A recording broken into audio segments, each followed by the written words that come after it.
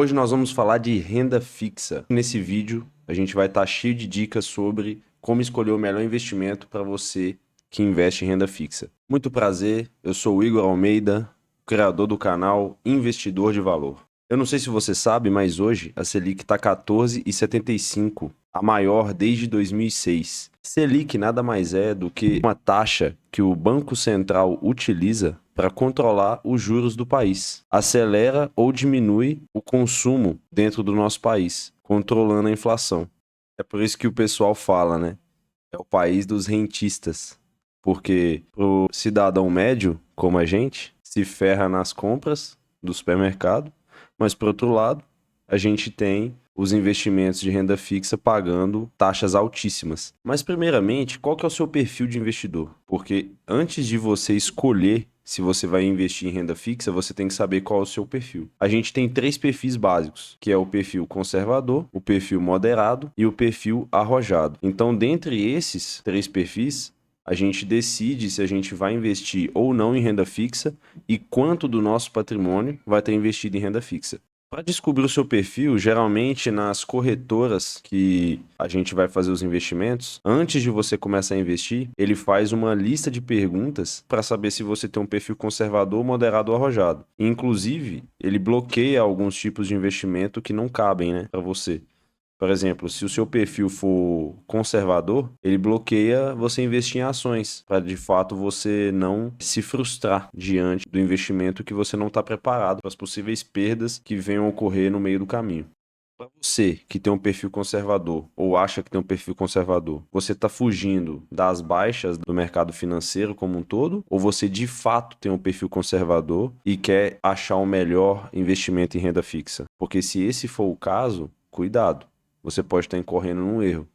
Quando você foge das baixas do mercado financeiro, achando que vai investir agora em renda fixa porque a Selic está alta, e quando o mercado voltar a subir, você entra no mercado de ações, o que você vai estar fazendo é tentando antecipar o mercado. E na verdade, o mercado ele se precifica muito antes das coisas acontecerem. Então, antes da taxa Selic diminuir de 14,75 para 14,50, 14, 13,75, o mercado já vai ter antecipado isso e já vai ter precificado novamente as ações. Então, quando você entrar, você vai entrar atrasado. E aí, quando você achar que está fazendo um puta de um negócio, na verdade, você só está ferrando a sua carteira e o seu patrimônio de longo prazo. Tá bom, mas eu tenho um perfil conservador, eu quero investir em renda fixa. A primeira pergunta que fica é: por que que o banco tá te pagando aquela taxa que ele tá te prometendo pagar? Ele tá te premiando por você estar comprando um título nele. Pessoal, isso é muito importante você saber que o banco geralmente vai criar taxas cada vez maiores relativa ao risco que ele apresenta. Então, se eu for investir num banco grande,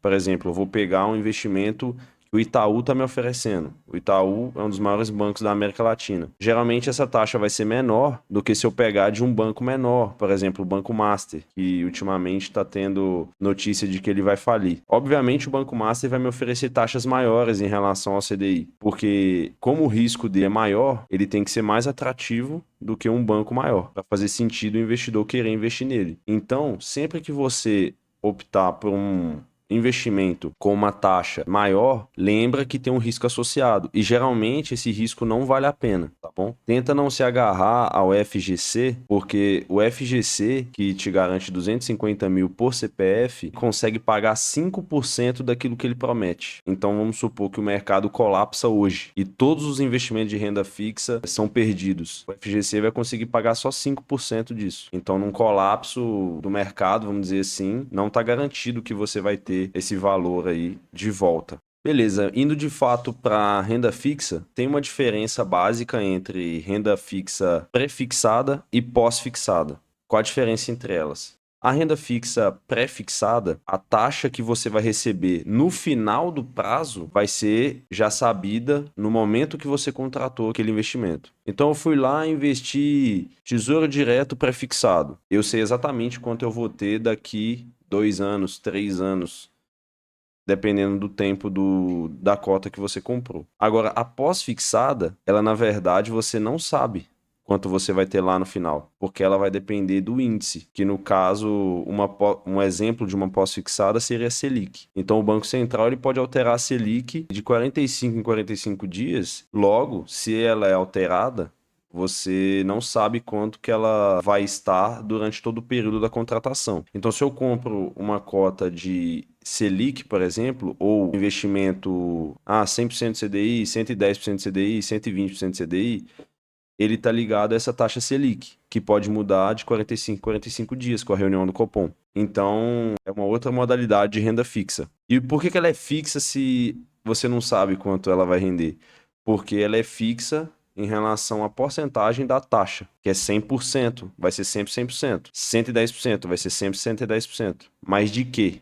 De uma taxa que é variável. Por isso que é pós-fixado. Então, sabendo disso, agora a gente vai escolher o que a gente quer para nossa carteira. Eu sou uma pessoa conservadora e eu quero colocar um percentual de renda fixa na minha carteira. Se você está pretendendo fazer esse investimento por curto ou médio prazo, o ideal é que você invista numa renda fixa pós-fixada, que seria a Selic.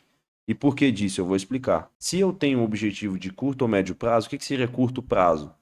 Eu quero comprar um carro para daqui 2 anos. Eu necessariamente tenho consciência de que eu vou sacar esse dinheiro. Outro exemplo seria uma reserva de emergência, né? Para não deixar a reserva de emergência debaixo de um colchão, eu vou investir essa reserva de emergência. Então, eu vou deixar no investimento pós-fixado Selic, porque ele tem liquidez diária e não vai ter marcação a mercado. Marcação a mercado, eu estou me referindo a um investimento que, dependendo da variação da taxa Selic, o valor que eu investi no meio do caminho entre a data que eu iniciei até a data final do contrato, esse investimento vai variar ou positivamente ou negativamente fora daquela taxa que eu contratei, de acordo com a marcação a mercado. Então, por exemplo, se eu investir R$ 100 a uma taxa de 10% ao ano, nesse meio do caminho a taxa Selic subiu e os investimentos desse momento que a Selic subiu, melhoraram, deixaram de ser 10% ao ano e passaram a ser 13% ao ano, o meu investimento ele está abaixo do investimento que está sendo oferecido na data de hoje. Logo, o meu valor que está na minha conta a 10% vai diminuir, fazer uma marcação a mercado negativa. Porque para o Estado é interessante que eu mantenha aquele investimento ali, porque ele está me pagando menos do que ele pagaria se eu tivesse investindo aquele dinheiro agora. Então,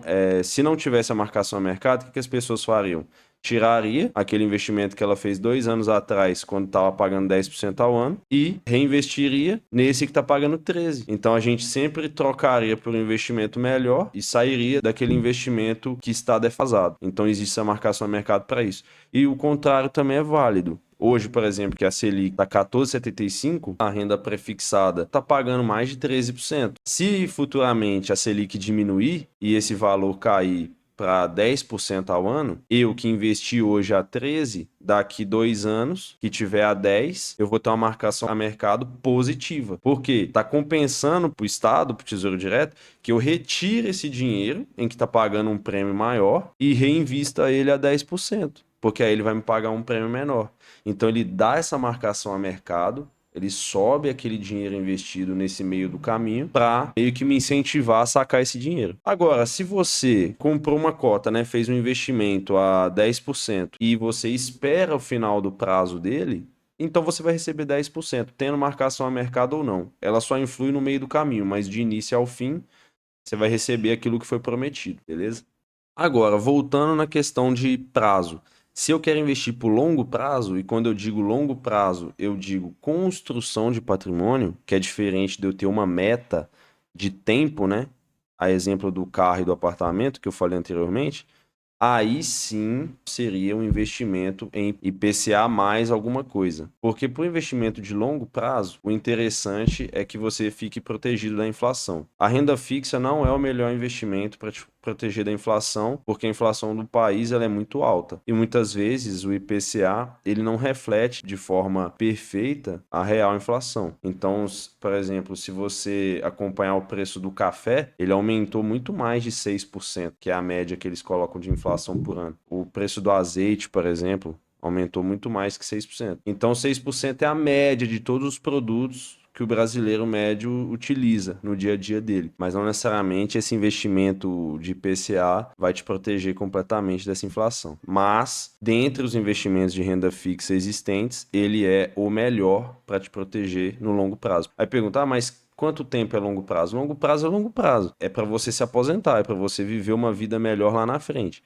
É para você construir patrimônio. Então, pode colocar aí mais de 30 anos. 30, 35, 40, para aposentar de fato. Se restou alguma dúvida em relação a esse conteúdo, comenta. Se esse vídeo fez sentido para você, curte e se inscreva no canal para ter mais vídeos de conteúdo técnico como esse que eu acabei de passar. Valeu, falou!